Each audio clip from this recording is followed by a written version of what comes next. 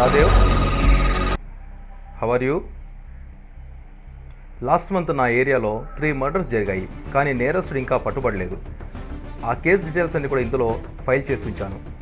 As a private detective అయిన నిన్ను అన్అఫీషియల్గా ఈ కేసులో అపాయింట్ చేస్తున్నాను. వీలైనంత తొందరగా ఆ కల్ప్రిట్ని పట్టుకోవాలి. So all the best. And one more thing,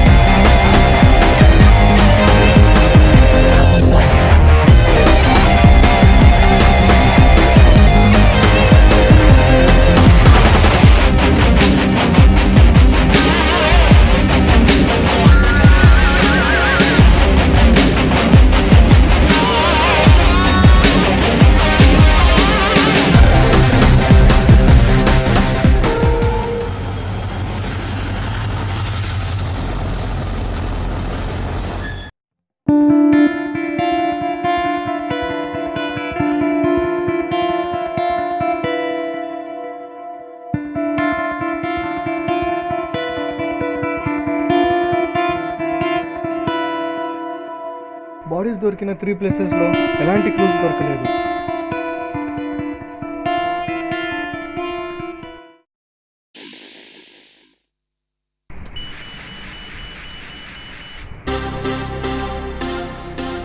sir, మిమ్మల్ని ఒకసారి కలవాలి టుమారో మార్నింగ్. ఓకే.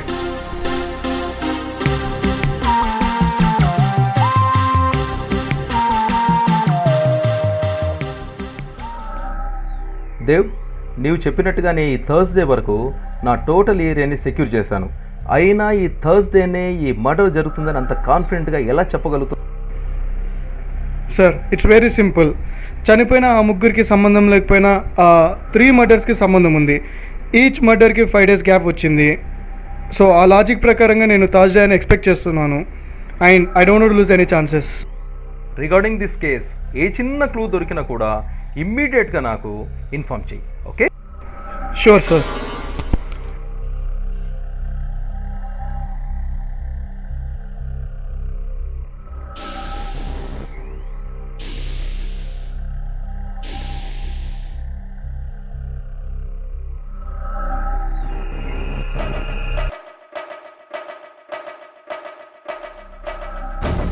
మార్నింగ్ నుంచి ఎటువంటి యాక్టివిటీ లేదు. ఐ థింక్ వాడు ఈరోజు రాడు. లేదు సార్, ఈరోజు అయిపోవడానికి ఇంకో 40 minutes ఉంది. అయినా సార్, అన్ని ఏరియాలో మన వాళ్ళు ఉన్నారు కదా. ఒక ఎస్ఆర్ కాలేజ్ ఏరియాలో మాత్రం లేదు. ఎందుకు? అక్కడ గోడౌన్లో ఫైర్ అంటుకుందని చెప్పి ఫోన్ వచ్చింది. ఫోన్ చేసిన అతను పేరు చెప్పాడా? నో. మరి మీరు ఎలా నమ్మారు సార్ అతన్ని? ఎందుకంటే నిజంగా కూడా అక్కడ ఫైర్ అంటుకుంది.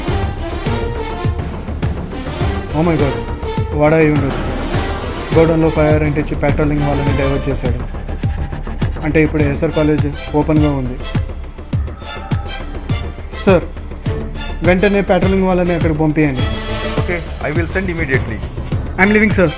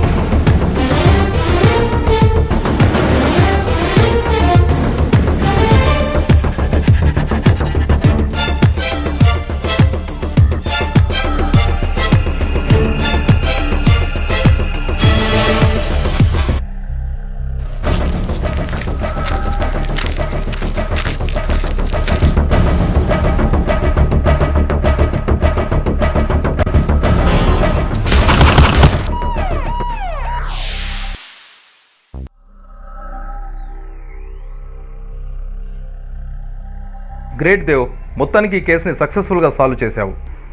కానీ ఆ అమ్మాయిని కాపాడలేకపోయాను.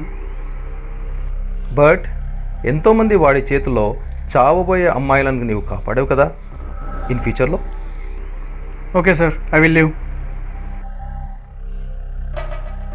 బేసిక్గా నేను ప్రశాంతంగా ఉన్నప్పుడు ఇక్కడికి వస్తుంటాను, బట్ నేను ఇప్పుడు టెన్షన్లో ఉన్నాను. ఆ హంతకుడి మాటలు విన్నప్పుడు